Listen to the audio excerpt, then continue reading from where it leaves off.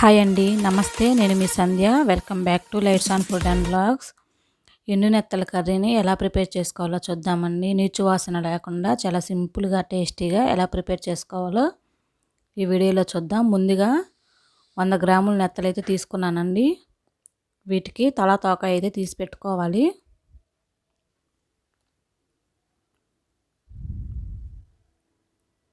ఇలా అన్నిటికీ తీసేసుకోవాలండి. ఇలా తల తోక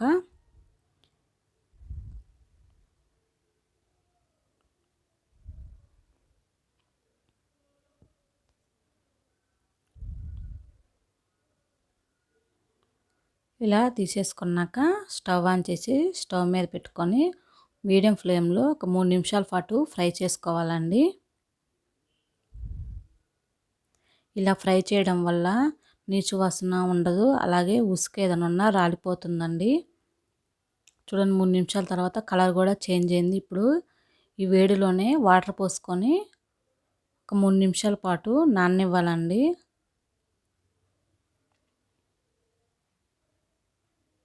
చూడండి, ఇలా చేత్తోనే ఇలా అనడం వల్ల ఉసుక అనేది రాలిపోతుంది.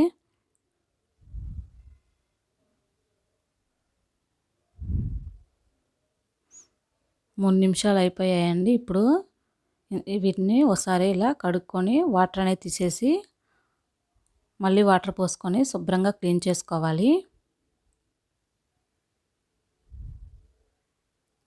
ఇలా 4-5 సార్లు అయితే శుభ్రంగా క్లీన్ చేసుకోవాలండి. ఇలా చేయడం వల్ల అందులోని ఉసుక మొత్తం క్లీన్ అయిపోతుంది, అలాగే వాసన కూడా ఉండకుండా బాగుంటాయి. ఆ తర్వాత స్టవ్ ఆన్ చేసి కళాయి పెట్టుకొని 3 టేబుల్ స్పూన్ ఆయిల్ వేసుకోవాలి. ఆయిల్ హీట్ అయ్యాక 1/2 టేబుల్ స్పూన్ జీలకర్ర, 1/2 టేబుల్ స్పూన్ ఆవాలు, 1/2 టీ స్పూన్ మెంతులు వేసుకోవాలి. అలాగే 2 పచ్చిమిర్చిని ఇలా చిలుకలుగా కట్ చేసి వేసుకున్నానండి. 10-12 వెల్లుల్లిపాయ రెబ్బల్ని ఇలా కచ్చాపచ్చాగా దంచుకొని వేసుకోవాలి. ఈ ఫ్రై అయ్యాక కొద్ది కరివేపాకు అయితే వేసుకుంటున్నానండి. ఆ తర్వాత 2 మీడియం సైజు ఉండే ఆనియన్స్ని ఇలా సన్నగా కట్ చేసి వేసుకోవాలి.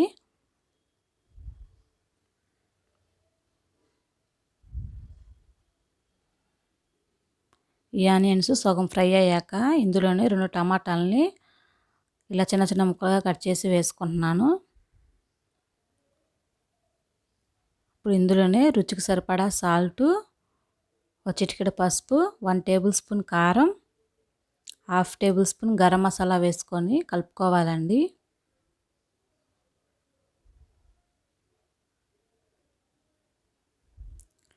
ఈ మసాలాలు మొత్తం ముక్కలకు పట్టేలా కలుపుకోవాలి.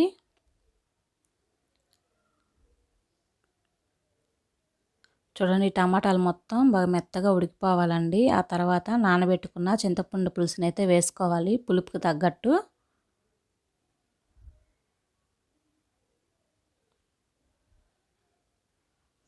ఇలా వేసుకున్నాక ఈ చింతపండు పులుసు మొత్తం దగ్గర పడేలా ఉడికించుకోవాలి. ఆ తర్వాత పులుసుకు తగ్గట్టు వాటర్ పోసుకోవాలండి. ఒక పొంగు వచ్చిన తర్వాత ఈ ముక్కలను వేసుకొని మీడియం ఫ్లేమ్లో ఒక 10 నిమిషాల పాటు ఉడికించుకోవాలి మూత పెట్టి.